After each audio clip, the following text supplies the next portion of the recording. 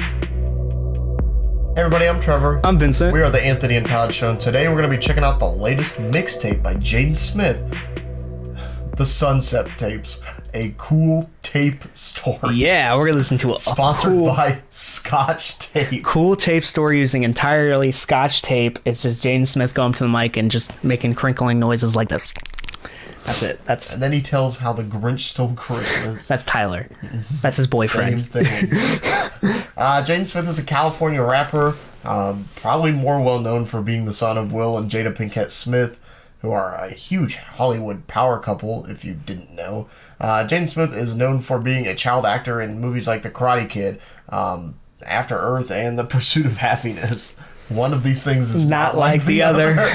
He's also well known for being dumb on Twitter, preaching his philosophy of like...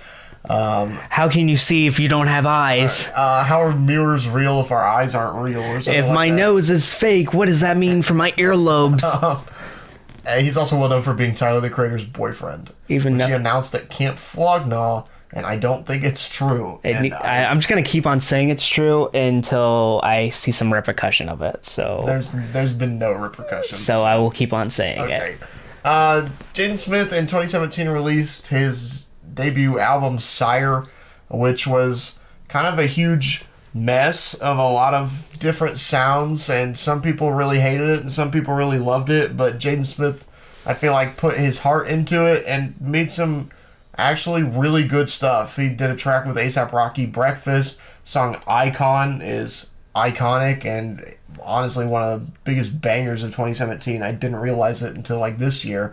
But then earlier this year in July, he released Sire, the Electric album, which was essentially these long, drawn-out cuts of tracks off of Sire. Yeah, like Icon and B and Lost Boys. If you take Bareface from Brockhampton and threw him in the void, in the black hole, these were the sounds of that. Yes. Essentially.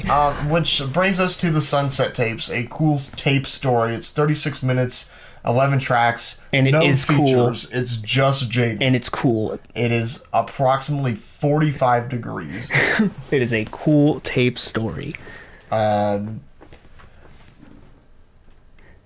Jaden Smith. That's the appropriate reaction. That is the actual reaction. Okay. That's a good reaction. Thank you. When we reviewed the Electric album, when we reviewed Sire, Electric Avenue, not the shitty edition on Spotify, but the good one on YouTube, a lot of what we talked about was just Jaden Smith as an artist and as a person, and I think a lot of that still rings true. And I think if I had to give my biggest takeaway from this album, it would be that Jaden Smith is the J-Rock of this sphere that he's running in, with people like Brockhampton, including Kevin Abstract especially, Tyler the Creator, A$AP Rocky, the entire A$AP mob. I mean, he's just in this sphere of, I think, really good and interesting creators.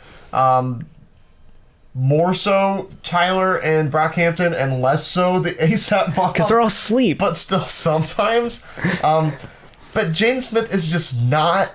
He's not delivering. I feel like we talked about this very recently with Joji's latest project, where we talked about how Joji has constantly shown potential, but it's never amounted to anything, and I'm getting tired of hearing the potential.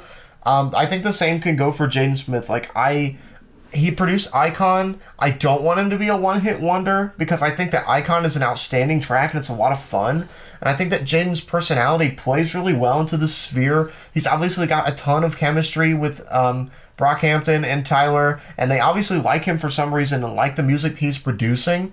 But for some reason, it's just not sticking with me, and I feel like I can speak for the rest of the general public when I say that this type of music isn't sticking. Sire is burned into my memory because of how weird and bizarre it was, but the Electric album doesn't, and I think the Sunset Tapes even less so. But also, let's get real about Sire. The reason some of Sire would burn in your memory, not only because there's good moments like The Passion or Icon, but there's the bad moments. Batman. Yeah, Batman is an incredibly horrible moment. So, here's the thing. I don't think when we look back on Jaden, if let's say Jaden Smith has this similar career trajectory where he's just making style music for the rest of his career, he will not be as remembered as his father. I don't think even if he made some outstanding at least music I guess now, his father be... I guess his father's like music career, if that makes sense. There wouldn't be like people buying Jaden Smith's sire from $1 Goodwills like I am buying all these like Will Smith CDs, ironically, because they're just stupid fun. No, they're good. Stupid fun. But like I don't think he is in that context where he's kind of just like a sign of the times, and plus there's so many other people that are more important that are a sign of that time. So I think that's kind of his current trajectory if he just stays kind of like neutral. Well, that's what he's been doing. You know, he's had these 3 projects under his belt in a year's time. It's been about the same kind of trajectory. It's been, you know, pretty smooth sailing from Sire on out. I think Jaden Smith is not what he wants to be. Like, I think he wants to be like this philosopher. I think he wants to be like Brock Hampton and Kevin Abstract.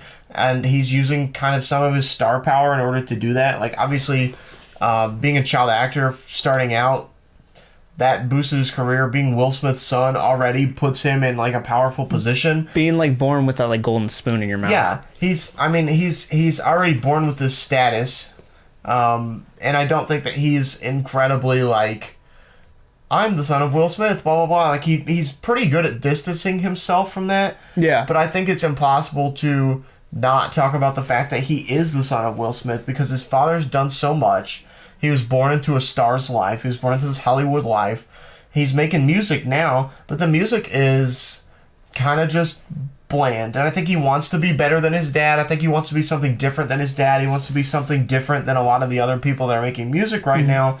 But he's not there yet, but he's not making any moves to get there. And I think that's probably like the biggest thing I can say about Jaden Smith is that he wants to be something, but he's not working towards getting there. And also, when we look at his projects lyrically, there's nothing interesting that he has to say. And I think when you have stuff like Icon, where you're delivering a very passionate, exciting electric performance over interesting samples, it works. But when you're doing the same type of performance over this very like lame production and you're falling asleep almost similar to like A$AP Rocky and the A$AP Mob, where you're snoring on the track, like on the single he released recently, Ghost. I don't understand what the point is, but like going over this album, I guess, because we got to talk about it at some point. I feel like we just have a Jaden Smith discussion at this point. Okay, yeah. This track Soho, I thought it was okay. I think me and Trevor were talking earlier. I think you said it was just went on for too long. I can agree to that extent. Yeah, I just didn't think it was worth anything really by the end of it. But straight after Calabasas Freestyle is straight up him wearing the Kevin Abstract influence on his sleeve, just like wearing that inspiration, just like not even hiding it, to the point where it's fine because of it, and it's one of the better moments because it's actually more fine-tuned in what it's trying to be. Yeah, it's not trying out new territory, and it's not completely lost, and it lasts for like the right amount of time, around like 2 minutes. And I think that works perfectly. But then we get into moments like Distant that are like around like 6 minutes, and it's just stuff that we heard on the Electric album that didn't work then because it was so drawn out, and it just felt like if you took Kanye's like 808 and Heartbreak's auto-tune and mixed that with just like Bareface's guitar work and just like moodiness and his extent that he's placed into hip-hop, and then you stretch the entire track for 15 minutes. It's just like it doesn't work because you're just making it so long, you're not saying anything interesting, and you're so monotone in how you're presenting yourself. It just doesn't. But like there's multiple tracks on that, like Fallen Part 2 and Sire and Abbey Road, even though that lasts a minute, it feels like 10 hours. Like there's moments where he's just extending himself out where he shouldn't be. Yeah, this thing shouldn't be like around half the length that it is, because a lot of the time he's just doing stuff that is pointless for an extended amount of time. The other half where he isn't doing that, he's generic SoundCloud rapper. Jaden Smith's delivery, I think, is one of his biggest downfalls, because like where other rappers that he's trying to be like succeed, where Kevin Abstract and Joba and Tyler and Rocky succeed, is in their delivery. Yeah. And Jaden Smith is completely monotone. Like, just thinking about it, he delivers the same performance on Soho that he does on Distant, that he does on Icon, that he does on Batman, that he does on B Electric Remix. Every single one of them is the same exact delivery. Like, there's nothing that, like, excites him. Where Icon is exciting and it's this electric performance is in the production and the beat, where you get so caught up in that Jaden Smith, I think, gets like a little bit hype, but then for the rest of this, like, everything else that he does is Lost. boring and lost and very, like, he's like searching around. He's almost like, what made Brockhampton so popular? I want to be in that. I want to be part of that movement. And he's like searching and searching, and he sometimes hits the production on the head, and sometimes he doesn't. Sometimes he hits like the lyricism on the head, and sometimes he doesn't. But his delivery is never going to live up to that, and I think that's a crucial point. And it's just like, I think I'm going to return to something I said on the lecture album. I think this kind of like atmospheric, spacey, void style he's going for could be something. It could be something if you draw out kind of the themes of what it was and the performance of what it was, not the time. If you minimize the time, I think it could be something interesting. It could. Emphasis on could. But like, I don't think right now he's in a place where he's just going to be putting out interesting work. It could be because he's too young. It could be because he doesn't have anyone telling him no. It could. Again, it's another code. We don't know.